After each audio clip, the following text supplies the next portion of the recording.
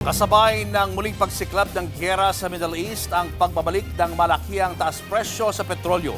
Ang diesel nga posibleng madagdagan pa ng 11 pesos kada litro sa susunod na linggo.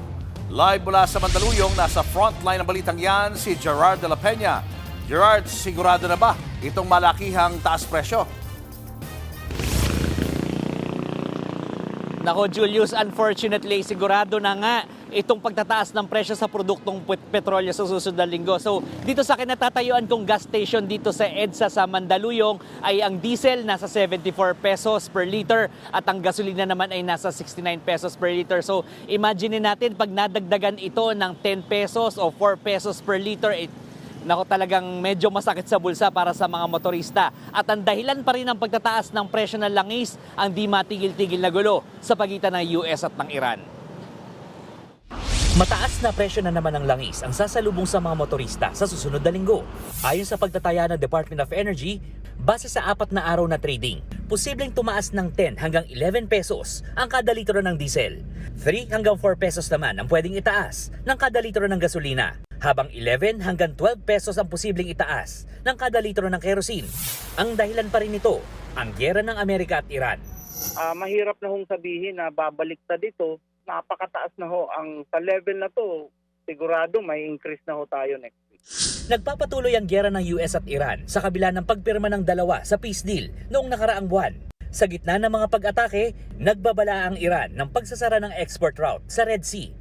Ayon sa mga eksperto, kapag natuluyan, ay posible ang muling pagkaantala ng supply na magpapasirit muli sa presyo ng petrolyo. Kasalukuyang limitado ang pagdaan ng mga barko sa Strait of Hormuz na pangunahing daanan ng krudo sa buong mundo. Sa kabila nito, tingin ng DOE, malayo pang umabot muli sa 100 pesos ang kada litro ng langis. Siniguro naman ng ahensya na sapat ang supply sa bansa na ngayon ay inaasahang tatagal ng 47 days. 15 days ang minimum na supply na itinakda ng DOE. Kaya raw po na ng mga oil company ang pangangailangan ng bansa. Ngayong pataas ang presyo ng langis, magtatakda ang DOE ng isang presyo na susundin ng mga kumpanya sa pagpapatupad ng rollback o price hike. Ay talagang mayroon ng direktiba si Secretary last week na this week na press con na ibabalik uli yung mandated without the range. Mandated talaga na amount.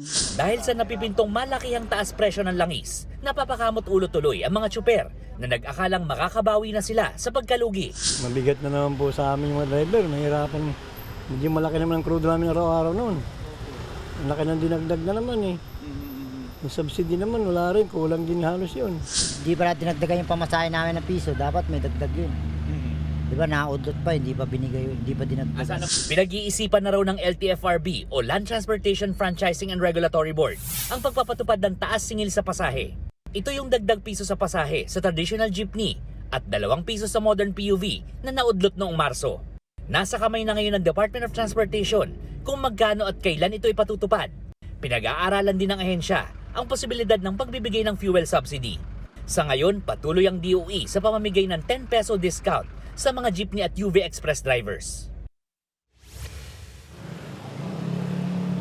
Julius, hindi pa final yung mga nabanggit na numero sinabi ko kanina patungkol doon sa oil price hike sa susunod na linggo. Dahil hinihintay pa natin yung isang trading day at ngayong araw na ito, yung trading day na yon. Pero alam mo, sinabi ng DOE, yung final numbers ito hindi rin naman malalayo sa kung anong meron tayo ngayon. At malabo na rin daw talagang ma-reverse ito para magkaroon tayo ng rollback.